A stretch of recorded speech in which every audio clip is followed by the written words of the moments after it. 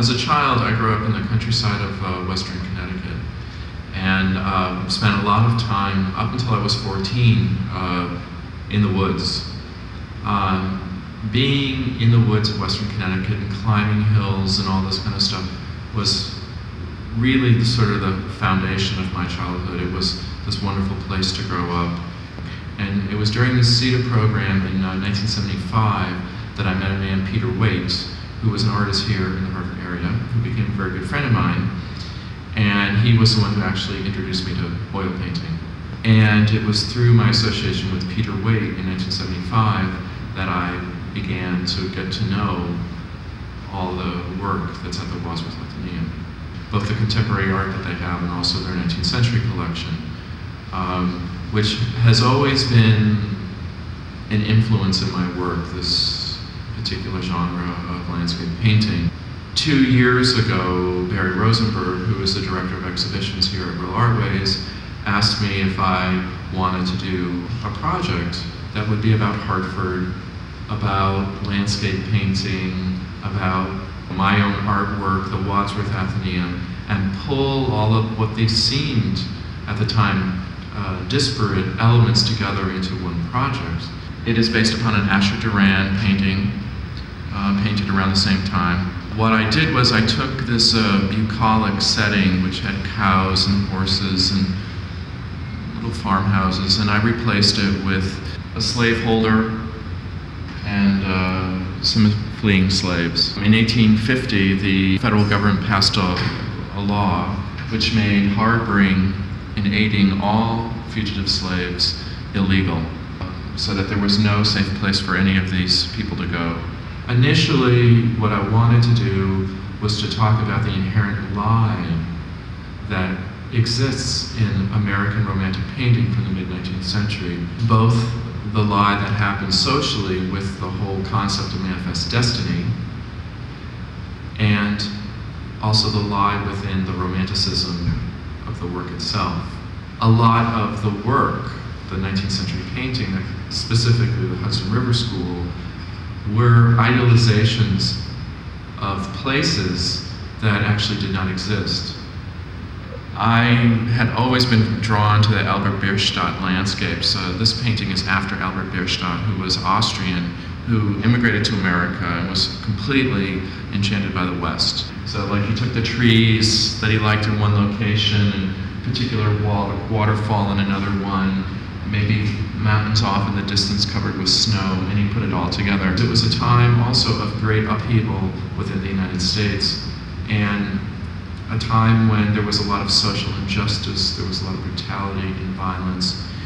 What I set out to do initially was to add to each painting something that was specific to the year and the place that the original painting depicted. The Modoc were natives of Northern California, and at a certain point, because of all the tensions between them and the white settlers, it was very common for the U.S. Army to go in and intimidate the natives in any way possible, and one of the ways they did it was by raping the women. And this is another painting that's after an Albert Bierstadt landscape of Yosemite.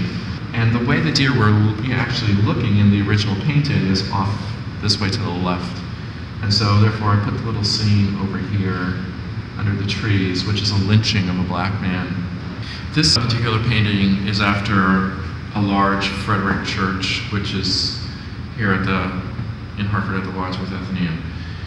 And when I actually went to the Wadsworth Atheneum and was researching the work and the paintings and which paintings I would choose for this particular project, the assistant curator of American painting, Amy Ellis, said, "This is a perfect painting for you to work on." He painted it in Jamaica, where he went with his wife after their 2 children died of diphtheria.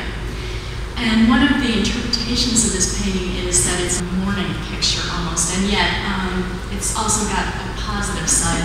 You see this storm sort of passing over, and the light is starting to burn through. So it's sort of a painting about their sorrow, about their working through their grief over the deaths of their children. On the more political level, this site, the Vale of St. Thomas, was where a massacre took place these British colonials massacred Jamaicans who had participated in an uprising. And Church was very aware of this, even though, for the most part, until fairly recently, Church has been seen as an apolitical artist. He actually is not. He's very aware of what's going on. It was published in all the standard periodicals that he, Mrs. Colt, and others were reading. And so he was very aware of what the Veil of St. Thomas would signify for East Coast people.